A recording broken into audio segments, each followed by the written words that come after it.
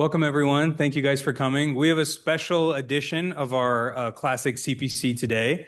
So we've invited some of our clinical problem solvers with us. We have Dr. Santana, Dr. Nakajima, and we have Dr. Patolia with us today, who's going to be our expert discussant.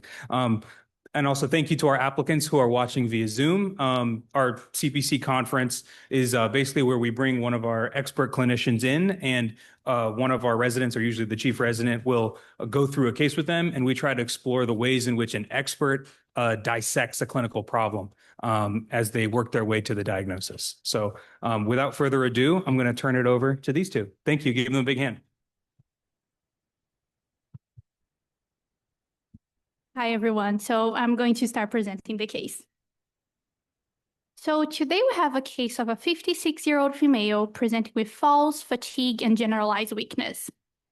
And our expert for today is Dr. Kirtan Patolia. Dr. Patolia is an instructor in medicine in the hospitalist division here.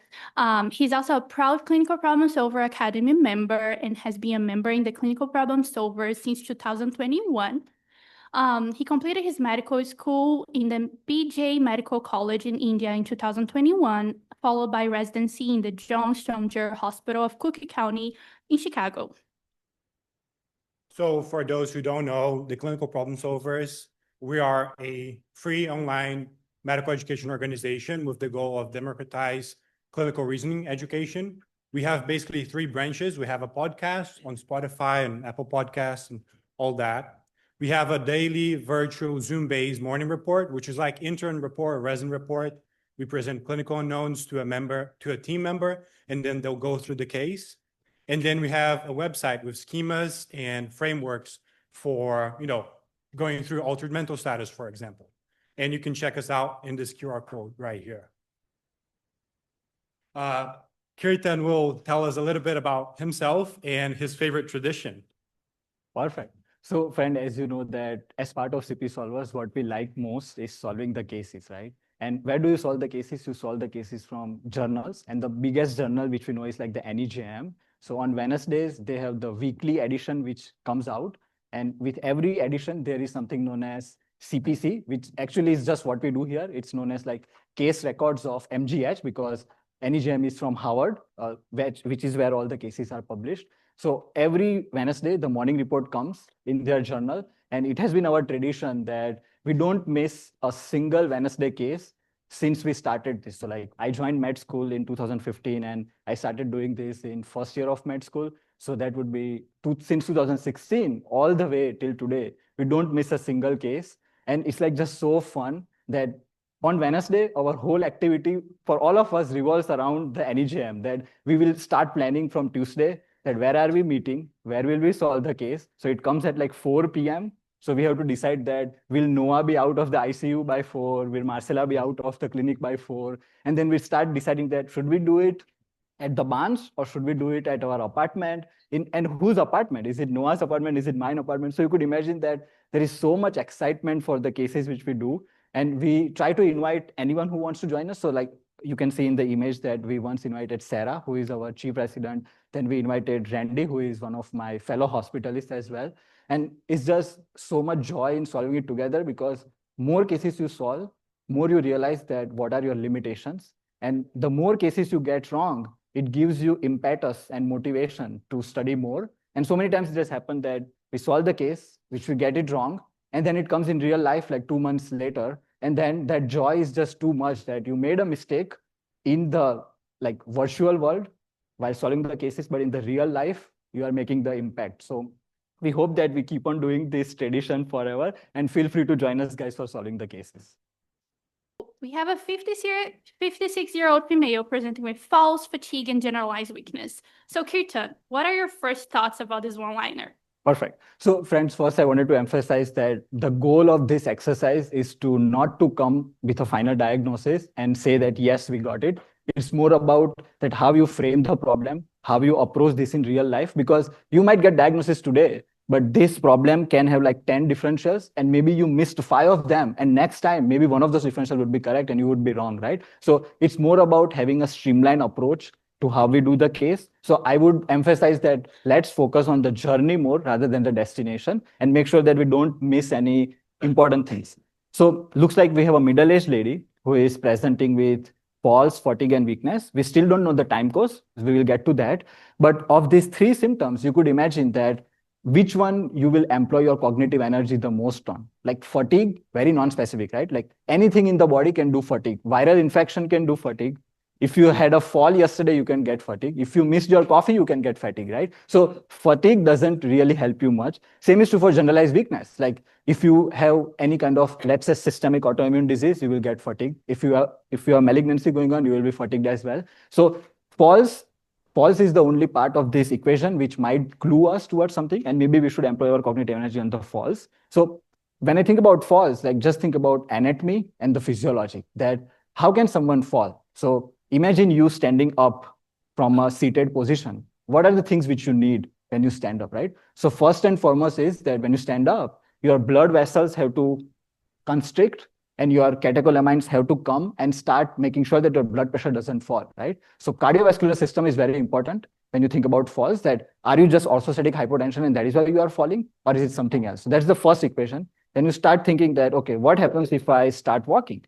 So you look at the things around you. So you are getting the visual input from your eyes, you are getting the inputs from your ears, and then your brainstem is kind of coordinating those signals and making sure that you are walking fine. So anything which is wrong with the inputs from outside, eyes and ears can make you fall. So this is the upper part of the body. What about the legs? So when you are walking, your nervous system is getting the signals from the ground, so the vibration and proprioception effect of it, and then it is going all the way to the dorsal root ganglion, to the spinal cord, all the way to the central coordination centers, cerebellum and basal ganglia, and then you start walking, right? And then higher function in the body, like brain cortex, decides how to integrate all these inputs. So you could imagine if any of this is wrong, if you have visual blurring, if you have hearing loss, if you have vestibular neuronitis, let's say, if you have profound peripheral neuropathy, you can have problem with the walking, right? So this is how I think about falls, that maybe start with the basic approach, that what is wrong with this person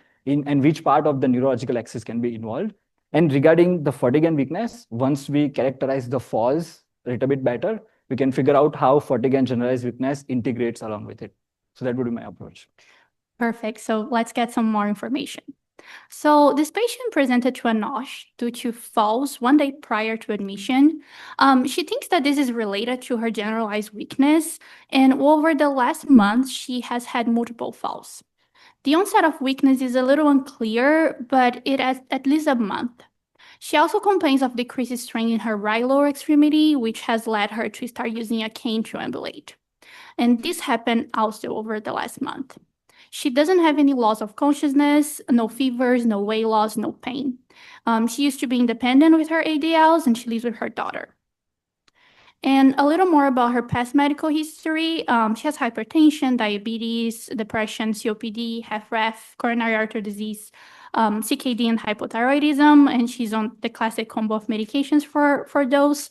And for social history, she's a former smoker, but nothing else there.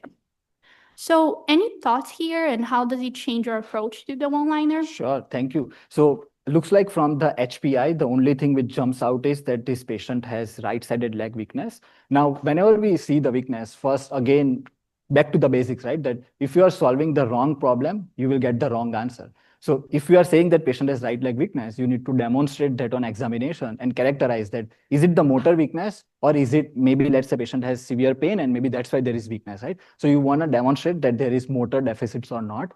And the reason why I mentioned this, if you think about the sensory deficits in the body, so for example, there is something known as ganglionopathies. So all the signals from the peripheries go through the ganglion into the spinal cord. So when people have ganglionopathy, they have impacted vibration proprioception from the periphery, and that can cause pseudo paralysis kind of picture, that you have motor weakness because you're not getting input from the outside, and your body doesn't know where is your limb in the external space and time. So your body perceives it as the weakness. So in reality, it can also happen that maybe you have sensory deficit, which is causing the weakness. So that's why examination is the key, that is it real motor weakness or not? And let's say, for the sake of simplicity, that it is indeed a real motor weakness, then you start wondering that where will I localize the isolated motor weakness?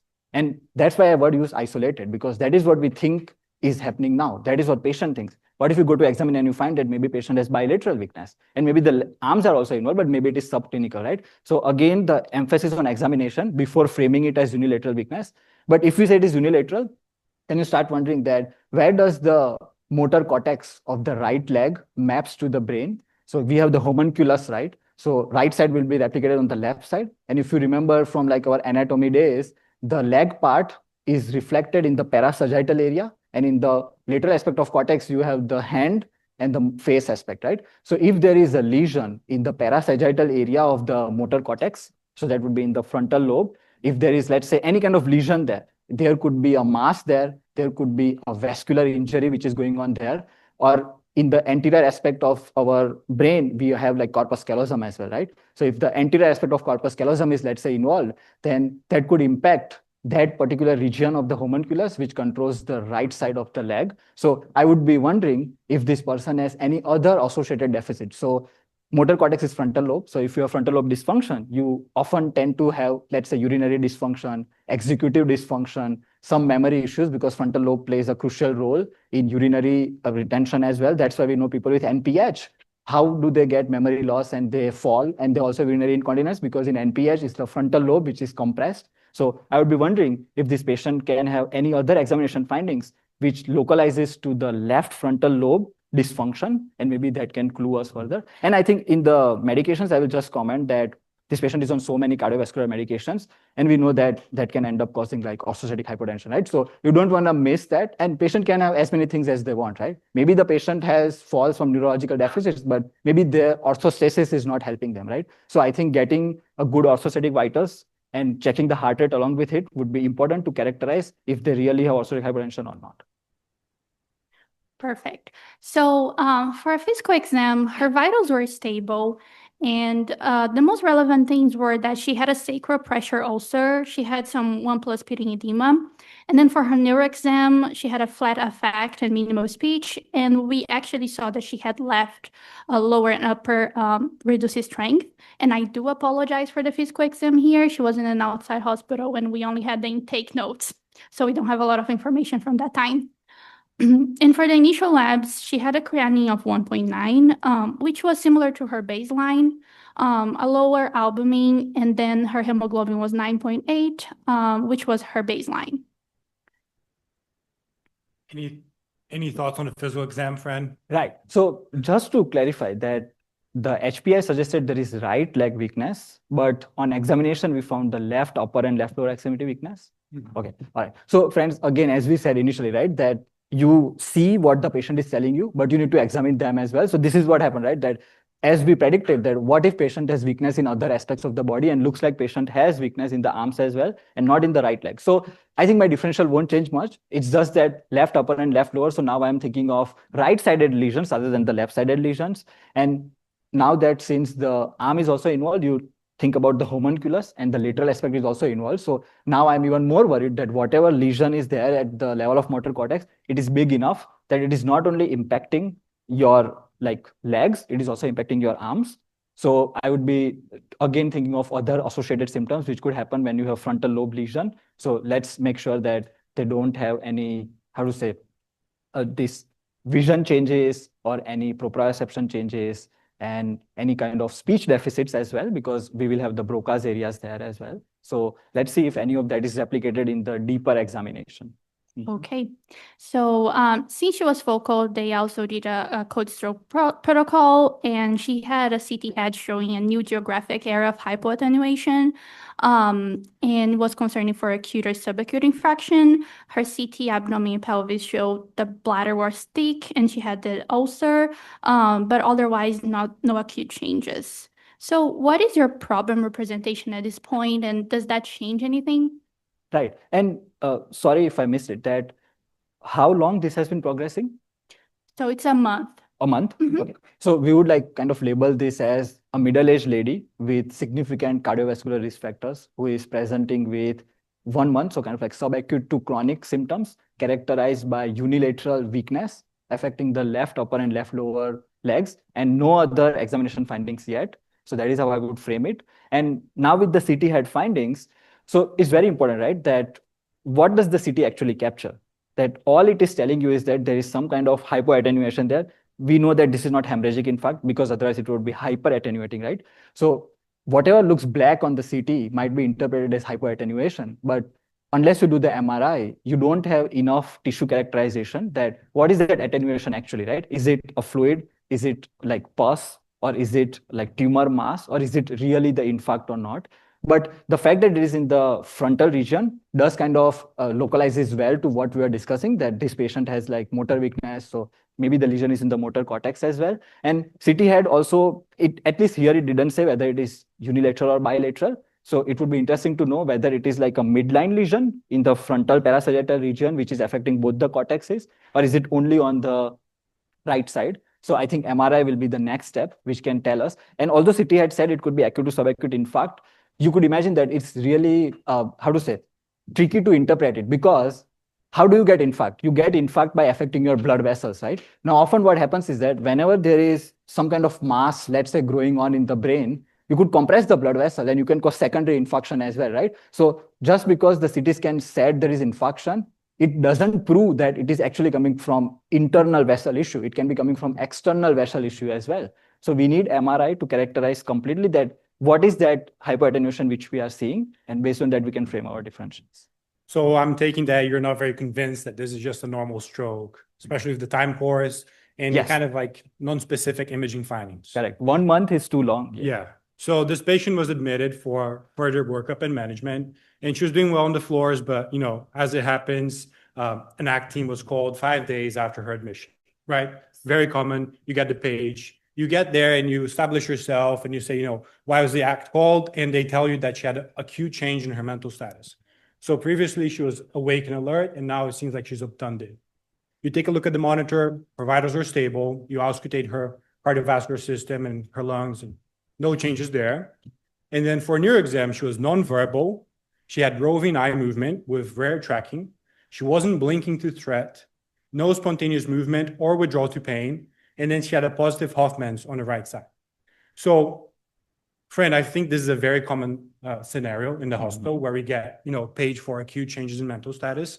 And my question for you is, speaking more broadly, kind of zooming outside of this case, how would you approach hyperacute altered mental status? Perfect. And friends, I just wanted to highlight that, don't be startled if Noah says friend, because that is how he doesn't call me Dr. Patolia outside of this conference, right? So this is our way of addressing each other. Yes. So AMS, like I just attended resident report yesterday, like in internal medicine, and we had a case of AMS. So we know people have different approach to AMS, but the common things which we think about is like the big buckets in which you can organize your differentials. So we think about M, which is like metabolic bucket. Then you think about I, which is infectious bucket.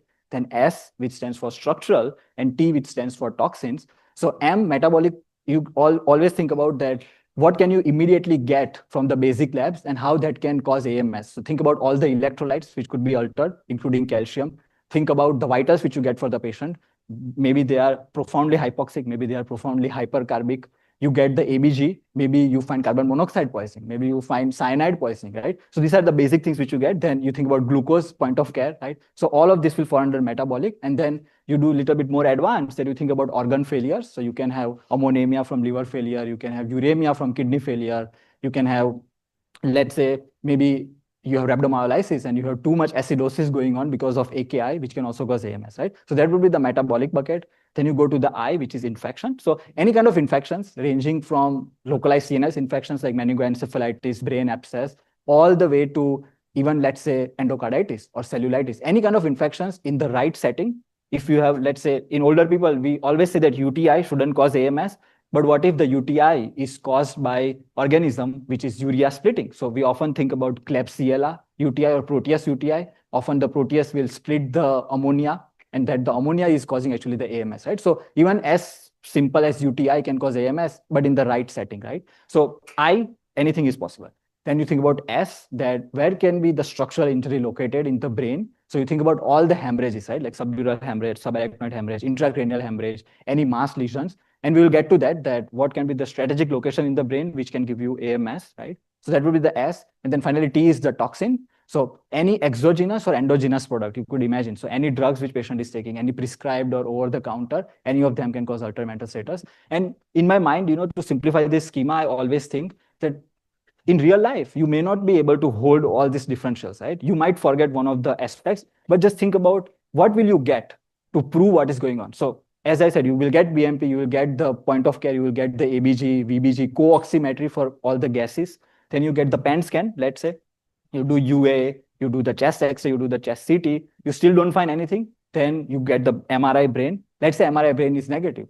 So meningitis usually doesn't show up on MRI brain, right? So then you go for LP. And in LP, you check for all the infectious studies and everything. Even if LP is negative, then you start wondering that, okay, maybe this is the next level. Maybe it is the electrical activity. So you get the EEG. That's why you do EEG in AMS, right? Because we know that people can have non-convulsive seizures, which is causing AMS. So you put the EEG. Even if EEG is negative, then you start wondering that something is really wrong, that maybe I need to do more extensive drug screening, or maybe unique metabolites which are not captured. So for example, what if patient's lactate is normal, but what you are measuring is L-lactate, right? People can have D-lactate, which is not captured on normal assay. So what I'm saying is, this is just an example, but you have to look for a molecule which you are not able to capture. So L-lactate is what we capture, but D-lactate we don't capture. So there are so many other examples like rare entities which can cause AMS, but always keep in mind that what would I get?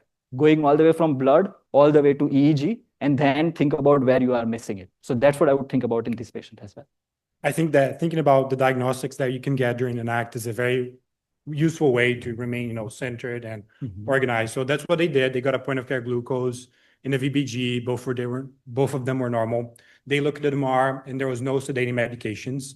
And she actually had a spontaneous improvement in her mental status, but she had persistent neurological deficits, which were new. So she was then awake, able to answer yes or no, able to wiggle her toes and wiggle the right thumb, and she had limited movement of the upper and lower extremities. And now, they were already planning on getting further imaging. So now Dr. Kapoor with radiology will take us through the advanced imaging that they got.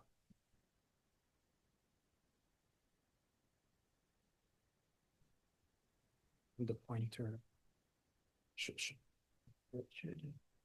Actually, it's this one. Okay.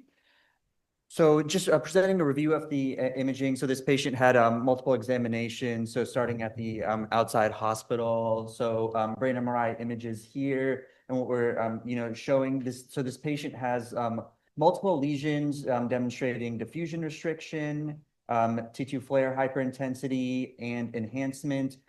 This is the most kind of conspicuous lesion is in the right frontal here, about the right frontal or the right genu of the corpus callosum. You can see, a smaller lesion here. All these foci of diffusion restriction. There's one here in the left basal ganglia with enhancement, T2 flare hyperintensity. And additionally, I'm not sure how much this was, commented on in the imaging reports, but there is some signal abnormality of the pons itself, similar features, but it's very patchy in the pons, but diffusion restriction and some enhancement.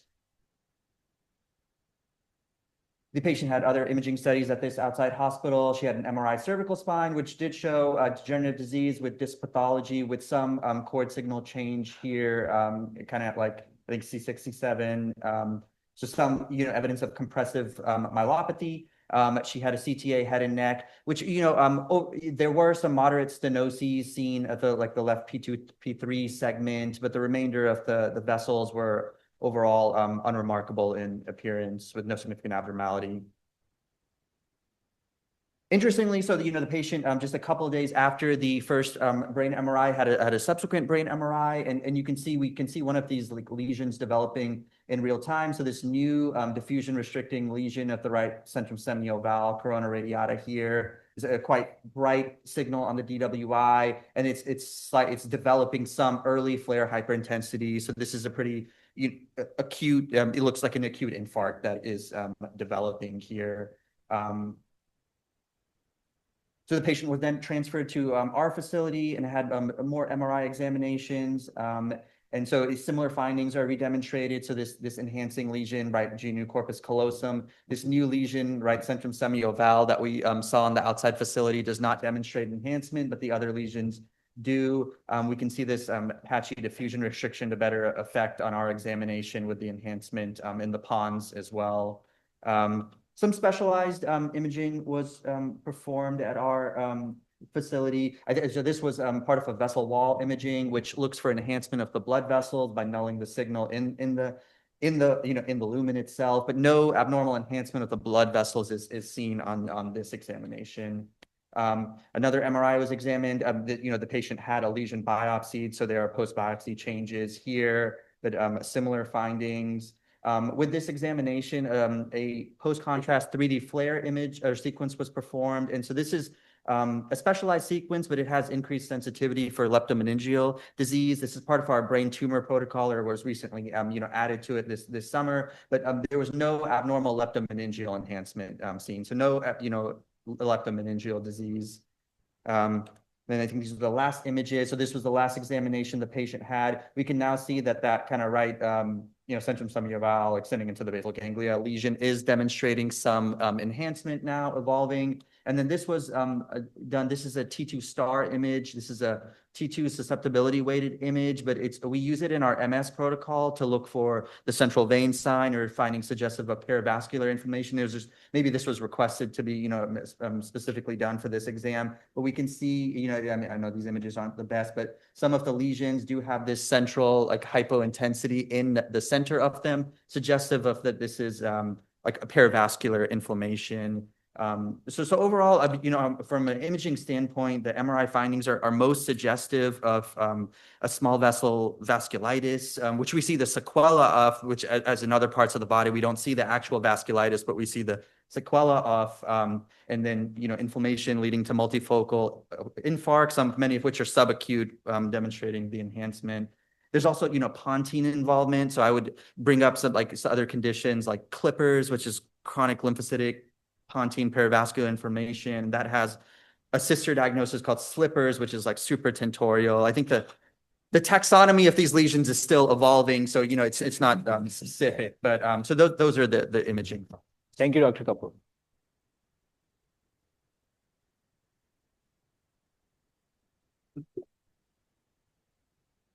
All right, so I think now is a good time to, now they have the imaging, what do you make out of it? How do you reconcile that with the clinical picture? Yeah.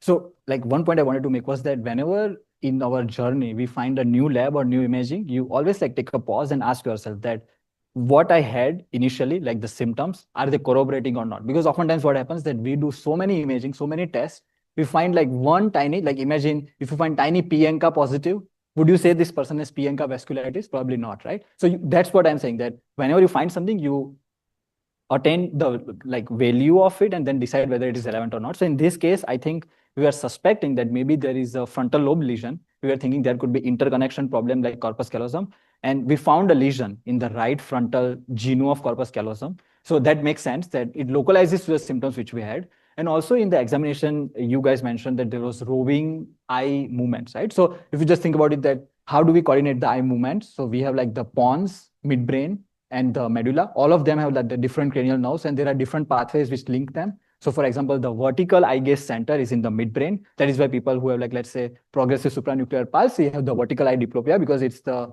midbrain which is affected. Then you think about the pons, that is where the horizontal eye center is there, where is the PPRF, parapontine reticular formation. And then there is MLF, the medial longitudinal fasciculus, which links all of this. So whenever you see the roving eye movements, usually it's a very sensitive sign that if it is real, it is coming from brainstem. So the fact that we saw the brainstem abnormalities also makes sense, that the weakness is from the corpus callosum lesion, and the brainstem signs maybe explains the eye finding. The fact that patient became altered also is interesting, and patient recovered. And you could imagine that the reticular activating system is in the brainstem. So when there is brainstem lesion, you expect that someone might have some AMS as well. And now on imaging, we saw the diffuse cortical lesion. So whenever there's diffuse cortical lesions, you can have AMS as well, because multiple regulational centers are involved, right? Now commenting on the imaging, so very interesting that Dr. Kapoor told us that there's diffusion restrictions, right? So usually we think about there's diffusion restrictions and there is corresponding ADC, apparent diffusion coefficient sequences. And that is what we do in stroke. We kind of match them, because if there is apparent diffusion coefficient along with the DWI sequences, then you make sense that it is a stroke, right? And in this case, if you just think about it, that patient didn't have that new lesion, but it came back while the patient was here. So the question becomes, what can grow so fast, right? What can happen so fast? If it was a tumor, let's say glioma, it probably won't be this fast, right? It's just a little bit unusual. And the fact that we have so much evidence of the vascular process going on, even on the SWI sequencing, we found that maybe there is like subacute infarcts, maybe some hemorrhages, the central hypointensity, right? So now our prime goal is to figure out that how can vessels do this and what kind of process can be inside the vessels. So that's what I was thinking. And if we just start from the basic aspects of it, that can there be an infection which can do all of this, right? So the question becomes, can infection cause infarcts? So we often see this, right? That people have endocarditis, they threw a clot, it causes infarct. You see multiple lesions, but usually those are not like this because that lesion in the right genu is too big. And usually if it's a septic emboli, there should be other signs which we didn't see, like maybe mycotic aneurysm or something which we didn't see. And this person is not sick. Like people with endocarditis, they would have some symptoms like fatigue, fever, night sweats, weight loss. And I presume you guys did a good workup, right? Like blood cultures, echo and everything, which is negative. So embolic phenomenon is one way in which infection can cause infarct. Other way is think about the endovascular infections. So things like syphilis. We know that there is a version of syphilis known as meningovascular syphilis, which can affect different blood vessels and can cause small vessel vasculitis kind of finding or vasculopathy, so as to speak, right? So always think about TB and syphilis as the two infections which can spread inside the blood vessels. So in this person, I would wonder if we got the RPR and HIV just to be on the safe side. We don't want to miss an infection, right? Which can cause this. Another common infection, which we often don't talk about much, is the VZV. I'm sure the ID physicians have known this, that VZV is well known to cause VZV vasculopathy. And often people don't get the rashes, like people don't get like zoster rash or anything, but you will find a multifocal infarct in an old person, you get their LP, you check for VZVR, VZVC, like PCR, and it will be positive. So VZV is another infection which can cause vasculopathy. But again, in this case, I'm not getting that flavor just because of the involvement of corpus callosum, because corpus callosum is one of those things in medicine where not many things can reach. So things like VZV will not touch it. So it's just too pristine, right? So I think those infections are less likely. Then we start wondering that, okay, if this is not infection, then could it be autoimmune disease, right? And that is what Dr. Kapoor was kind of telling us, right? That could this be some kind of vasculitis? So you ask yourself that if it's a vasculitis, how would I first capture it? And then we talk about which vasculitis it could be.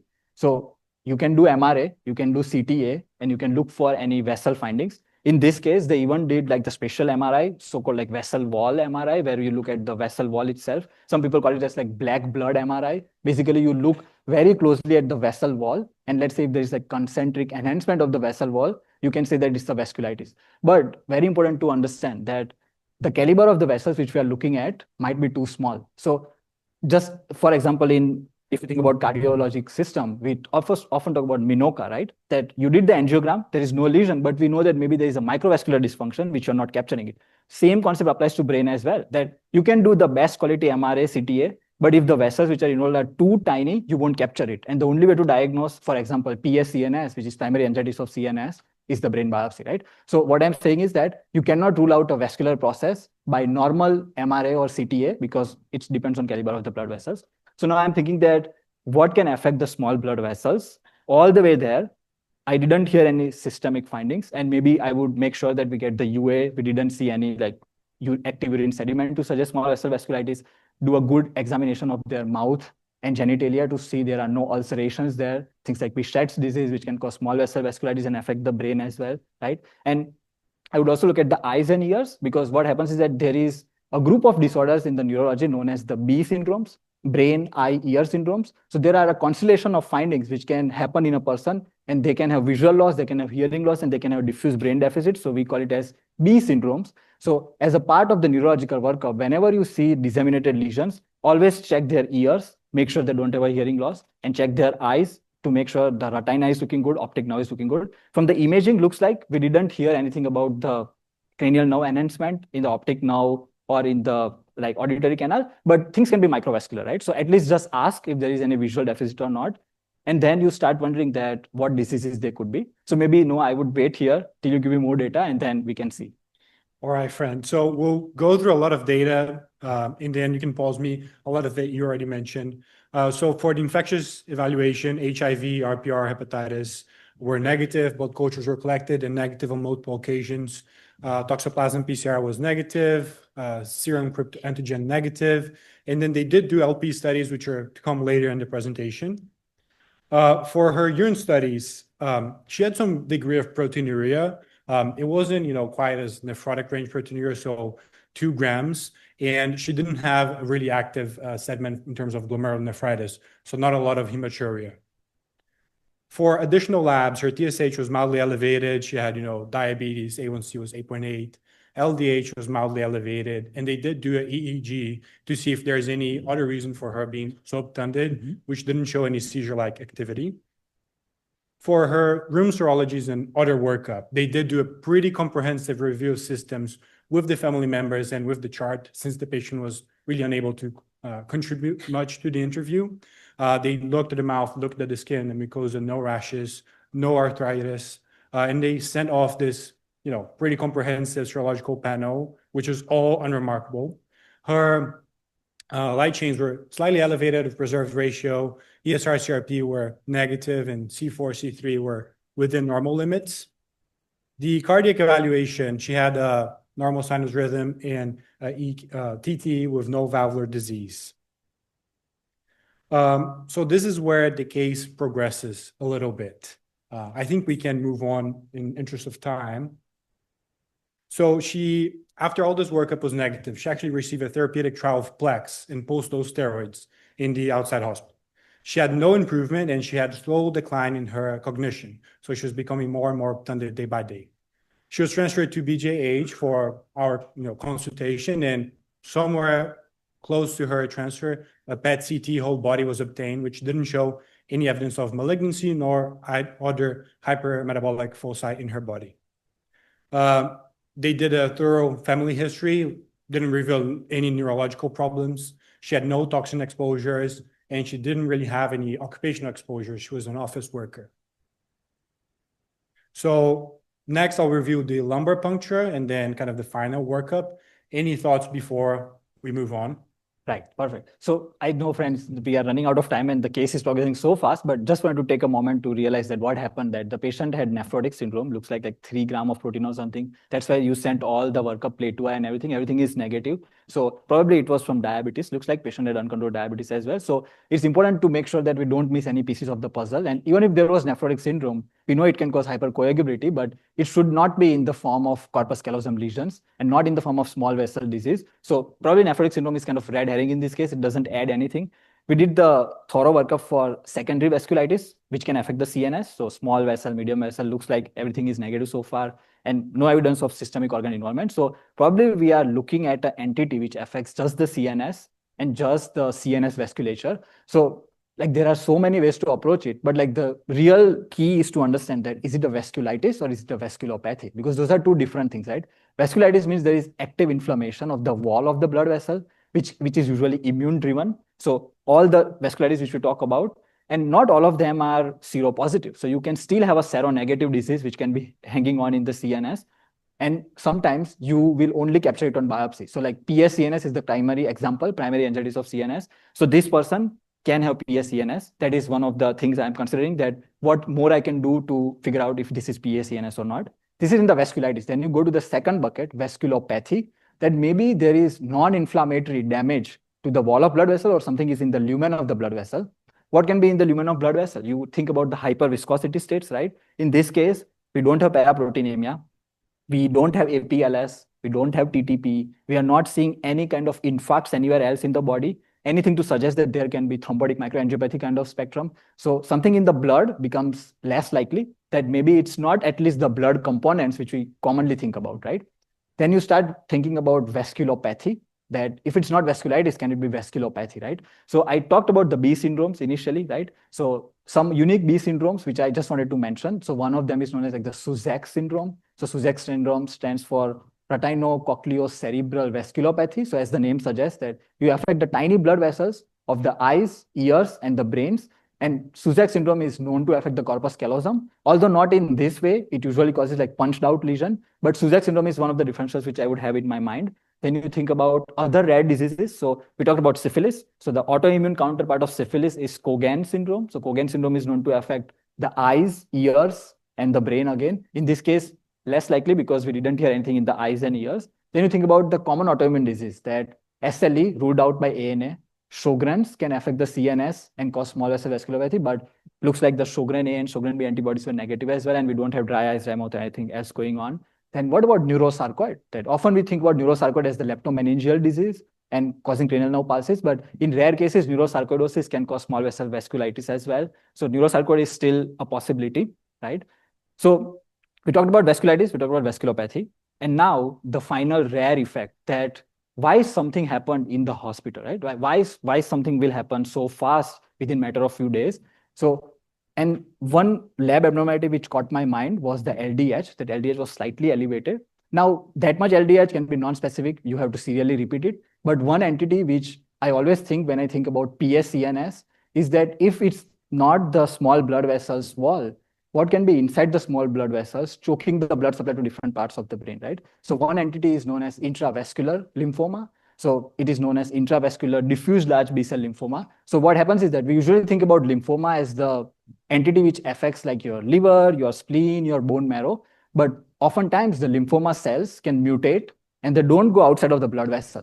So you could imagine like all the way back to pathology that in order for blood cells to get out of the vessel, you need like certain integrins, certain like selectins, they have to bind to the wall and then get out. These cells have mutations. So these malignant B cells never leave the blood vessels. They always stay inside the blood vessel. And the two most common organs which are affected by intravascular lymphoma is the skin and is the CNS. So the rapidly progressing infarcts in different distributions, not following a particular vascular territory, does make me think that can this person have intravascular lymphoma, especially with the high LDH and no signal else.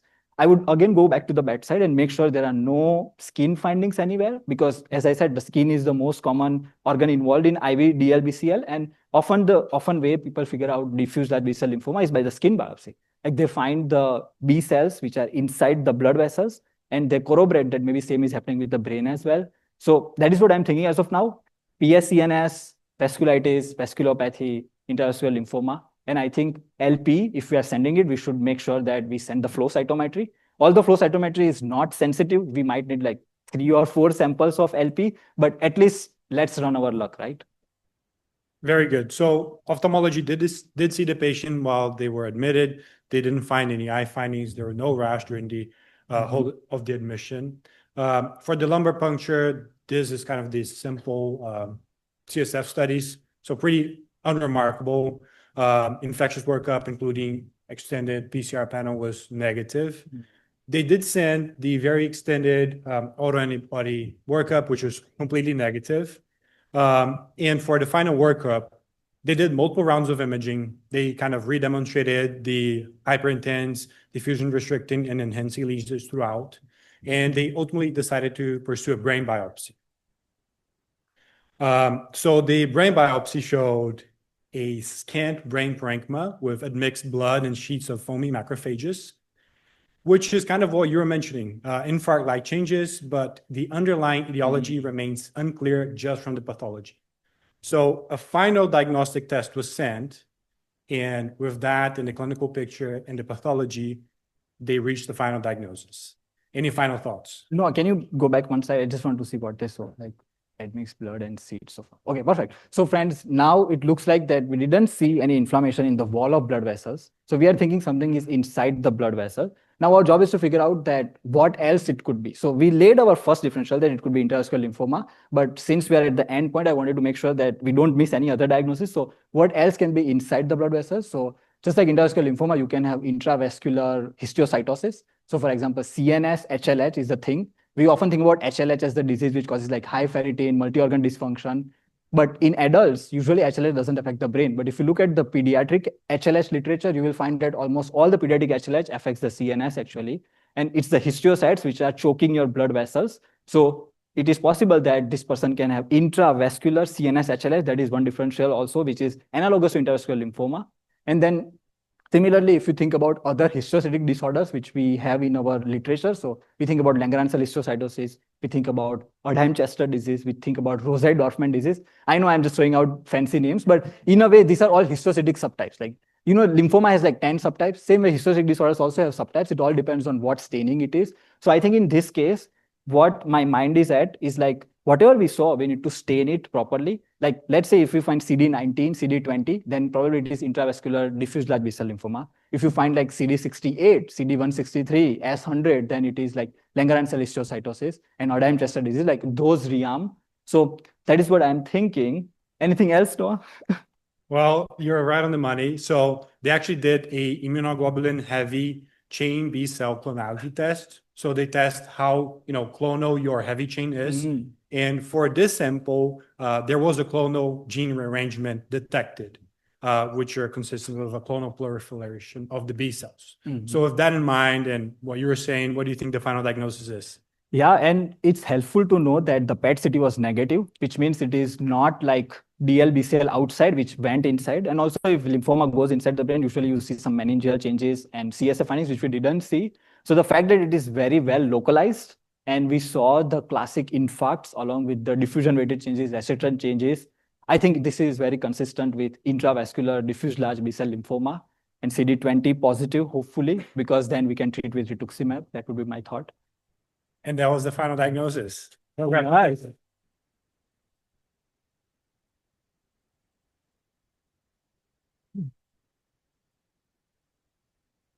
We had some teaching points prepared, but in interest of time, we'll just cut it short.